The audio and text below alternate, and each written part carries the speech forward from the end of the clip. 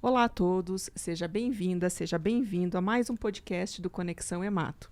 Eu sou Morgane Rodrigues, uma das cofundadoras, e estou novamente aqui com as minhas colegas, a Lucila, a Mariana e a Andresa. E hoje, no podcast de hoje, a gente vai dar sequência ao que a gente já vinha conversando no podcast passado, que é sobre mieloma múltiplo, mas agora a gente vai focar um pouquinho sobre o tratamento, né?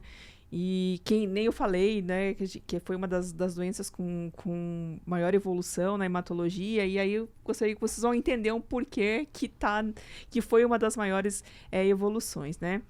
E a gente poderia dividir assim, o tratamento do mieloma de duas formas, né? Uma que a gente vai focar realmente na doença, né, na biologia da doença, e outro que a gente vai precisar olhar um pouquinho também sobre as outras consequências, tanto do tratamento quanto da doença, que a gente fala que é o tratamento de suporte nesses pacientes, né? A gente lembrando que é uma doença que nem a Andresa falou no episódio passado, assim, que ocorre, né, numa idade um pouco mais avançada, a gente não encontra em pacientes mais jovens. Então, a gente também precisa ver, analisar como que está esse paciente, né? E aqui entraria, então, as avaliações geriátricas, que também são usadas hoje em dia para a gente tentar ajudar a gente a escolher o melhor tratamento para esses pacientes, né? E a gente também faz meio que uma divisão, né, no tratamento, né, que são aqueles pacientes que vão ser elegíveis ao transplante de medula óssea e aqueles que não serão elegíveis ao transplante de medula óssea. Então, acho que a Mariana poderia falar um pouquinho, né, desse tratamento, por que ocorre, por que tem essa divisão e como que é feito os tratamentos, né? O que a gente tem hoje, como é que foi essa evolução? Eu também concordo com você que o mieloma foi uma das doenças que mais evoluiu. Na hematologia tenho quase certeza, mas provavelmente na medicina também. E por que a gente, então, primeiro pergunta que a gente faz depois que a gente fez o diagnóstico, identificou que o paciente tem indicação de tratamento, fez a estratificação de risco dele, é essa que você falou, ele pode ou não ser transplantado. E por que a gente faz essa pergunta? Porque o transplante, ainda mesmo com o advento de todos esses tratamentos, mas desde o passado, quando a gente não tinha todos esses tratamentos, é uma das principais terapias que a gente tem, as principais formas que a gente tem de manter esse paciente por mais tempo possível livre do mieloma múltiplo. Então, a gente já sabia disso no passado, quando a gente não tinha muitos tratamentos, e com o passar dos anos, os estudos clínicos, eles tentam colocar à prova de novo o transplante, então comparar fazer ou não transplante, e o que a gente vê é que fazer o transplante, então, aumenta o que a gente chama de sobrevida livre de progressão. Então, aumenta o tempo que o paciente fica livre da doença, que é o que a gente quer que ele seja o maior tempo possível. Então, a gente já conversou de transplante em outras sessões, fazer o transplante autólogo não é simples, porque é fazer quimioterapia em altas doses. Então, o paciente tem que ser internado e tudo mais. Então, como o mieloma múltiplo é uma doença principalmente de pacientes mais velhos, idosos, e a gente sabe que uma porcentagem desses pacientes não vão aguentar, vão sofrer muito de fazer uma quimioterapia em altas doses. Então, a gente não faz para todos. Então, a gente responde essa pergunta. Esse é um paciente que aguenta, né, que é elegível ao transplante, ou é um paciente que não é elegível? E aí, a partir dessa diferenciação, a gente traça o plano de tratamento do paciente.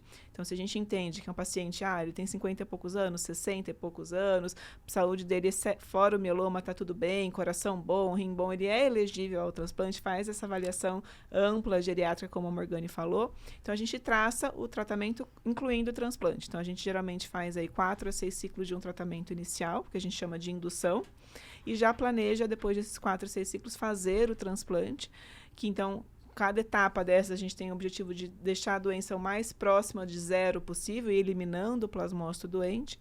E, em geral, depois do transplante, a gente inclui ainda uma terapia de manutenção, para também que os estudos clínicos provaram que isso também ajuda a fazer com que demore mais, né, para a doença voltar também. E aí o transplante já entra dentro do combo, né? Tudo é uma linha de tratamento. Você já programa que ele vai fazer mais ou menos ali, né? Exatamente. E se o paciente, se a gente considerar, não, o paciente já está nos seus mais de 90 anos, mais de 80, ou tem muitas outras doenças que fazem que a gente entenda que o transplante seria muito tóxico para ele, aí a gente já considera esse paciente como não elegível, e a gente também, fico muito feliz que a gente evoluiu muito no tratamento desses pacientes também, mas a questão é que a gente não inclui o transplante no processo, então a gente já amplia, né, esse tempo de indução, faz ciclos mais longos, e também depois fica com alguma terapia de manutenção, mas o objetivo realmente, ou fica com as mesmas drogas que ele começou até, mas com o objetivo realmente de manter a doença, esses pacientes livres do mieloma o maior tempo possível. E aí a evolução vem, né, falando um pouquinho da indução disso, que a gente antigamente tinha poucas drogas, né? Lá atrás a gente tinha... Meu tempo era a vincristina, o corticoide, e você internava o paciente para fazer junto um ciclo de 24 horas, né? Eu acho que era o VAD, isso, né? Não, meu tempo era disso, não quer dizer que eu tô velha. Isso aqui evoluiu muito. Não, a talidomida ainda foi depois, eu acho. A talidomida é usada até hoje. É interessante contar a história da talidomida, né? Porque foi uma doença, uma droga que era banida, e o estudo mostrava que ela tinha um efeito maravilhoso, tanto que é usada em protocolos bem recentes, junto com outras drogas, né? Juntamente com 2 ou 3 drogas.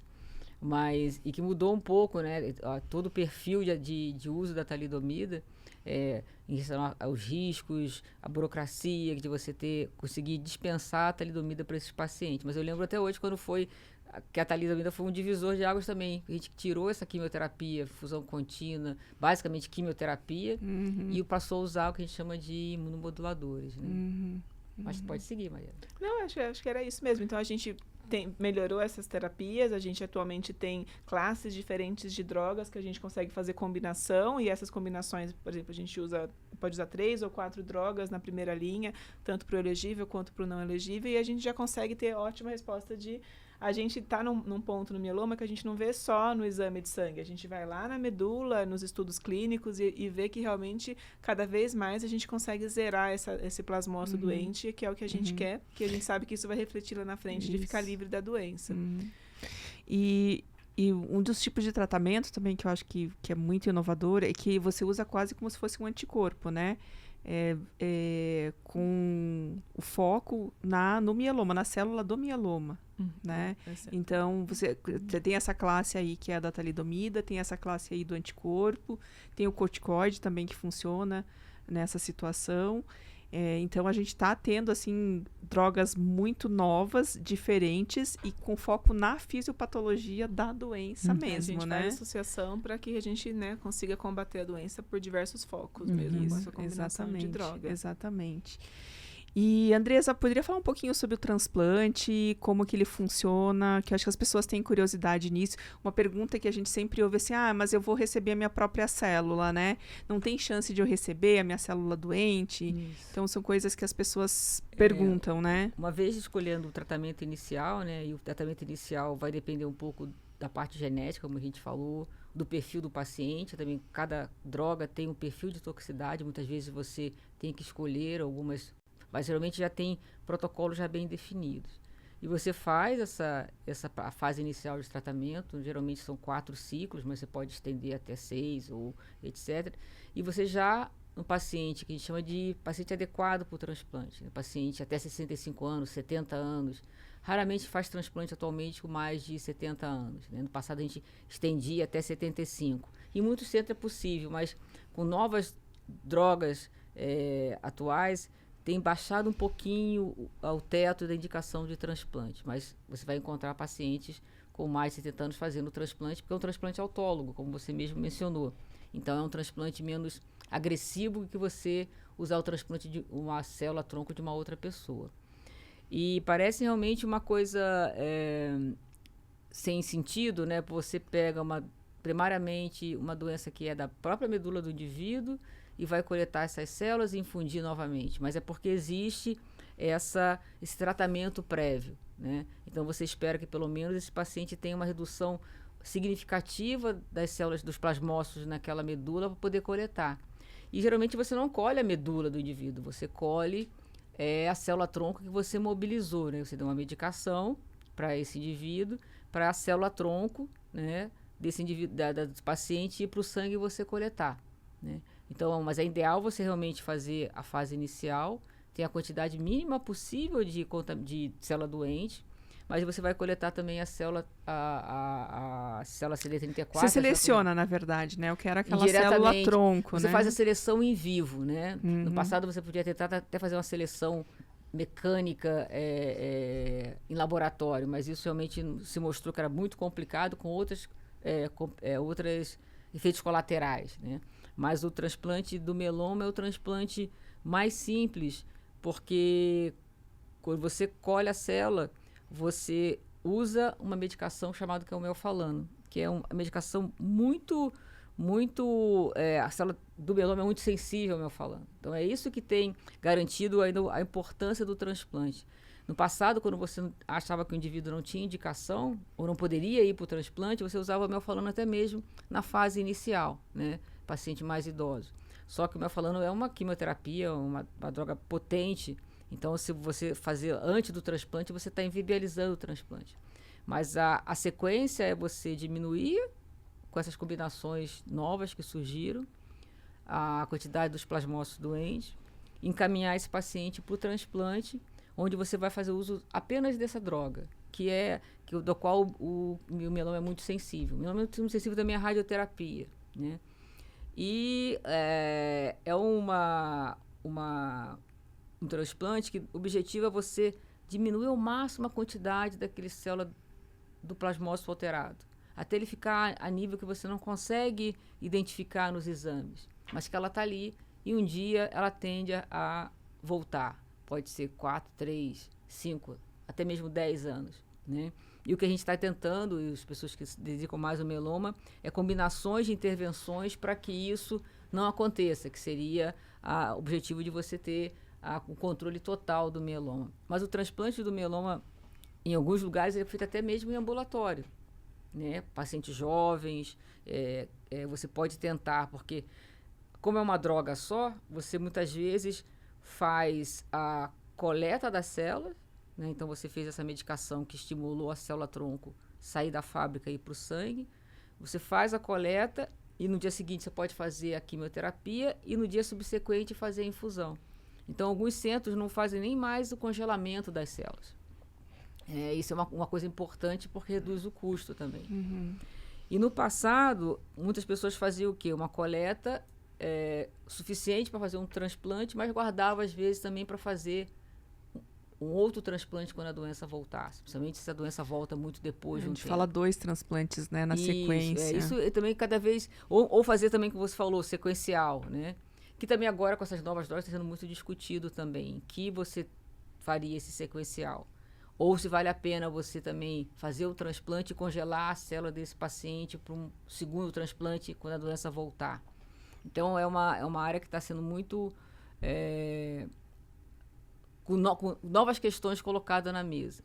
Mas é um transplante, embora fácil de realizar, né? É uma quimioterapia só, a célula do próprio indivíduo, ele tem os seus riscos, né? O indivíduo fica com a baixa das defesas, precisa de transfusão, ele tem risco se ele tem febre, ele tem que estar no ambiente hospitalar. Então, mesmo nos serviços, nos Estados Unidos, que fazem o transplante ambulatorial, ele é ambulatorial parte do procedimento. Depois o paciente é internado, porque o maior risco é a infecção, né? Porque você faz uma quimioterapia que, se você não infundir as células de tronco do paciente, ele vai ficar sem a medula funcionante. Então, não é um tratamento banal. Ele é tecnicamente fácil. Mas os pacientes sofrem um pouquinho. A mucosite, principalmente, né? Eu acho essa que quimioterapia causa isso. Que é o principal aí dele, né? Mas é o grande benefício, aquilo que a Mariana comentou. O objetivo de todo paciente com uma doença é você, mesmo que você não tenha a possibilidade certa de cura, é você ficar o maior tempo possível sem ter aquela doença. Isso o transplante faz. Você paga um preço, mas você tem um período que sua vida volta ao normal, né? E só que você, depois do transplante, toma uma medicação, que a gente chama de manutenção, para colocar essa recaída, essa volta do mieloma cada vez mais longe. Né? E, por acaso, essa medicação é uma evolução da talidomida, né? Que é a lenalidomida, que você usa. Alguns centros também trocam por uma outra medicação, mas é o mais clássico também, que são medicações orais, né? que você consegue manusear de maneira relativamente fácil. Nem todos os centros têm a disponibilidade. A gente sabe que no Brasil a gente tem muitas diferenças de oferta de medicação, de acesso, né? de acesso, mas esse seria o esquema ideal. Exato. E agora acho que vindo para a terapia mais evoluída de todas, né, que agora está surgindo, que é as células CAR-T, né, e também o uso dos biespecíficos, né, que eu acho que a gente podia conversar um pouquinho. Eu acho que a Lucila tem grande experiência nessa área. Podia falar um pouquinho agora, mas com um olhar pro mieloma, né? Então, assim, considerando agora tratamentos novos, mais inovadores mesmo, a gente teria, pensando no mieloma aqui, vamos tentar ser simplista, 3 possibilidades, né? Então, uma seria a gente direcionar os nossos soldadinhos de defesa, que são os nossos linfócitos, para eles começarem a enxergar a célula do mieloma e os nossos linfócitos irem lá e matar a célula do mieloma múltiplo, né? Então, uma possibilidade seria por meio de anticorpos. Então, de repente, você usar um anticorpo que é biespecífico, significa o quê? Ele vai se ligar no CD3, que está ali no linfócito, e se liga em alguma proteína que está presente no mieloma múltiplo. E com isso você está direcionando o linfócito a ir lá e combater o mieloma múltiplo.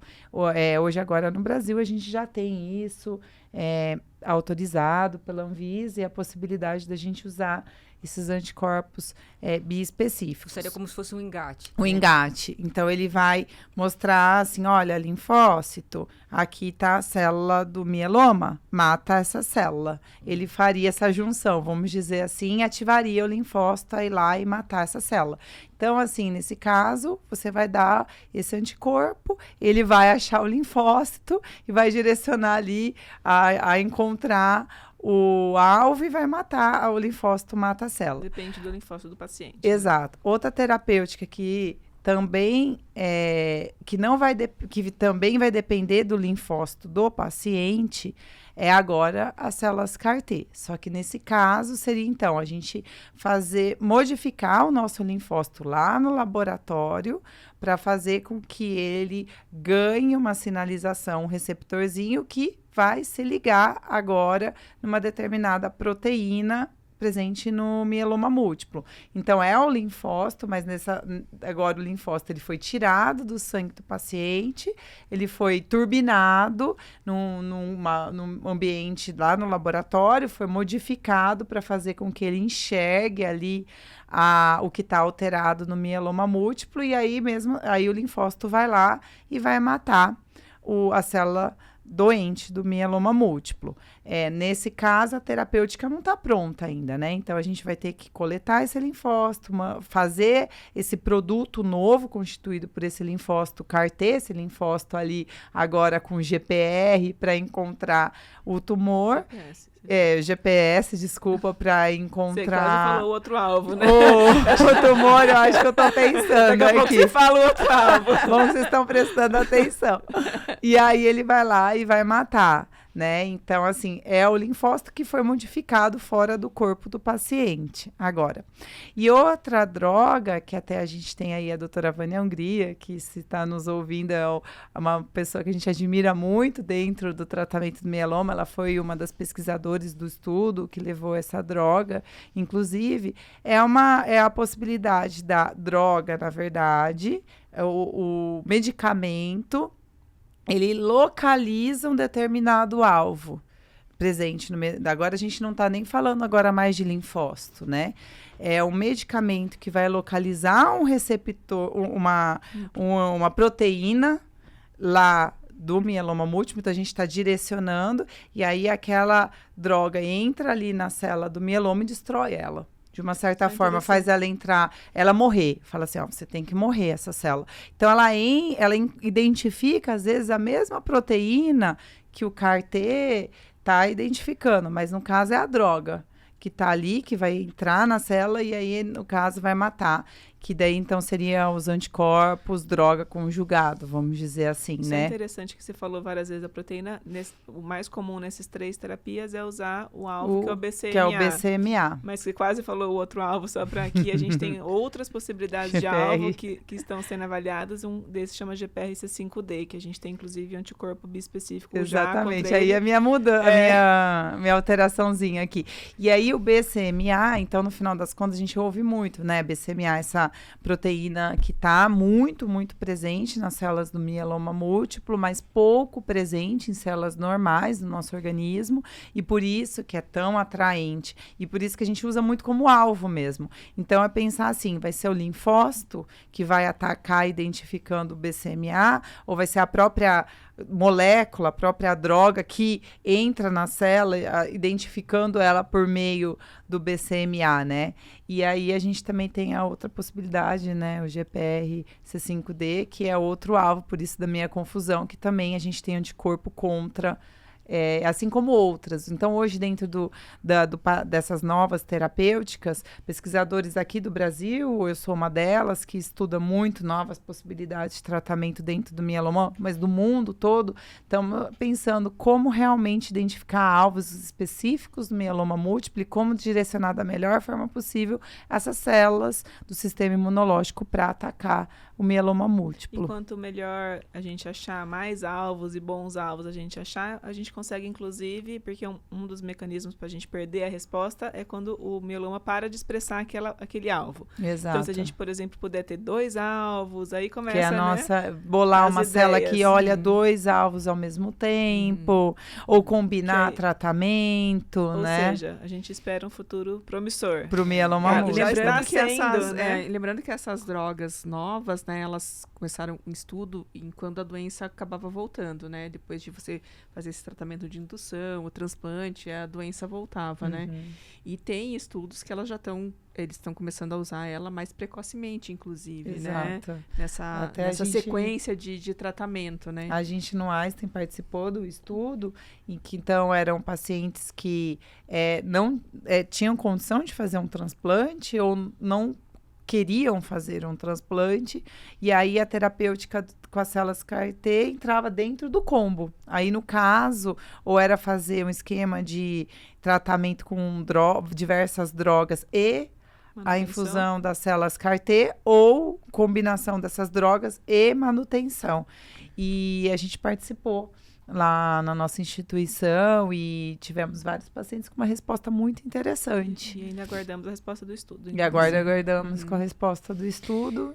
Mas isso são coisas bem fronteiras, né? Até mesmo a sequência do tratamento, qual paciente vai se beneficiar com esse BIA específico, ou droga conjugada, ou CAR-T, e em que momento usar, ainda é ponto de muita discussão ainda. Sim. Né? Então, o que a gente tem em bula são definições que, por exemplo, a terapia do CAR-T, que é você pegar o próprio linfócito, isso vai para fora do país, isso retorna, então isso tem um tempo entre a indicação e a utilidade. Não são todos os centros que fazem isso, na verdade, são centros que têm que ter um perfil de complexidade para saber avaliar todos os efeitos colaterais de tudo isso.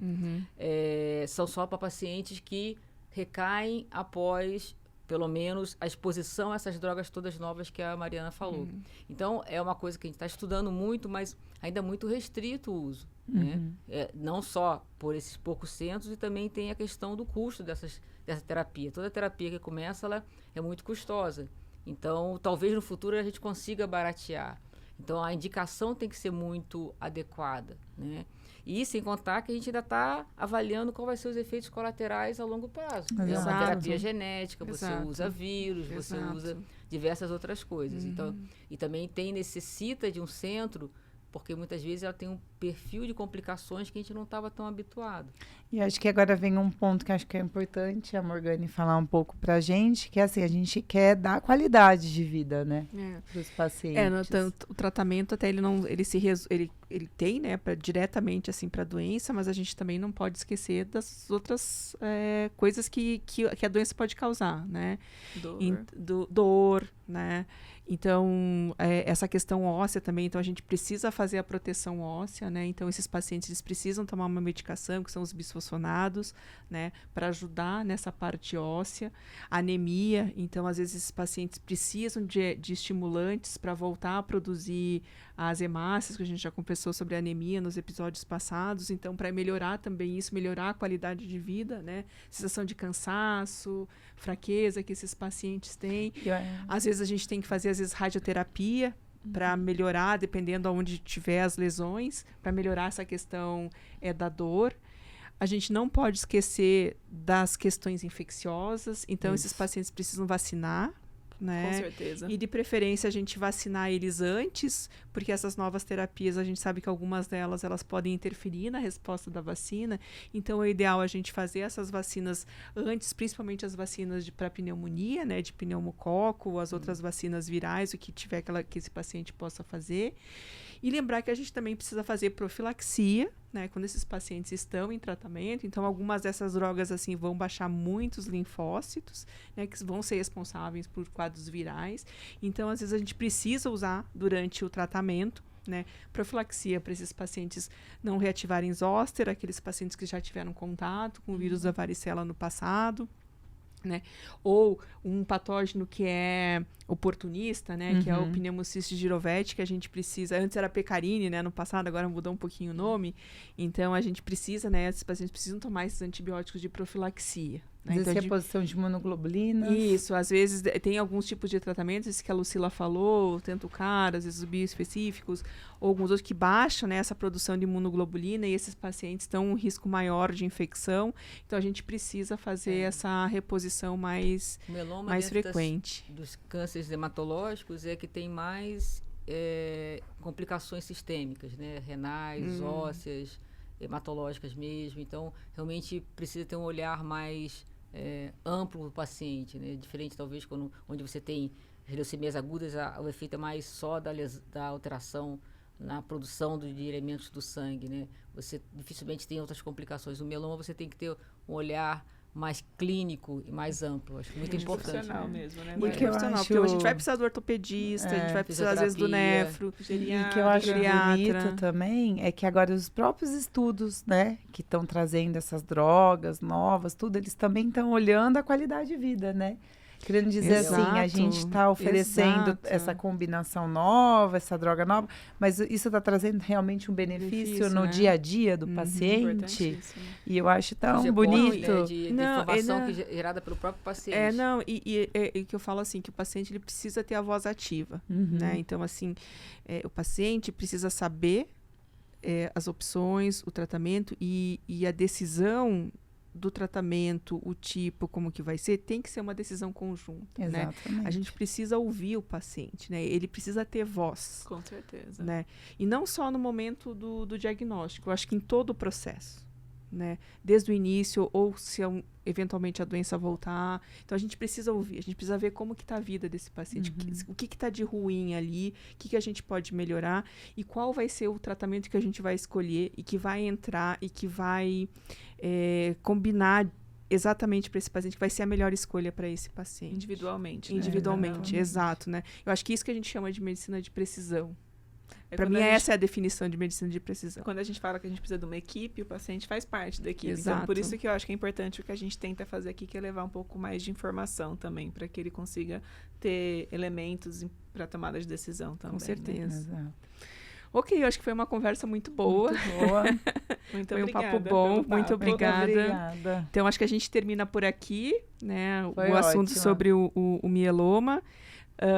Nossos ouvintes, não esqueçam de deixar seus comentários, suas perguntas. Se você não nos segue, não nos conhece, nós estamos em todas as plataformas, então vão lá, Instagram, Facebook, YouTube, Spotify, LinkedIn, nós estamos lá e a gente está aberto a ouvir a opinião de vocês. Muito obrigado e até a próxima. Até mais. Obrigada. Até mais.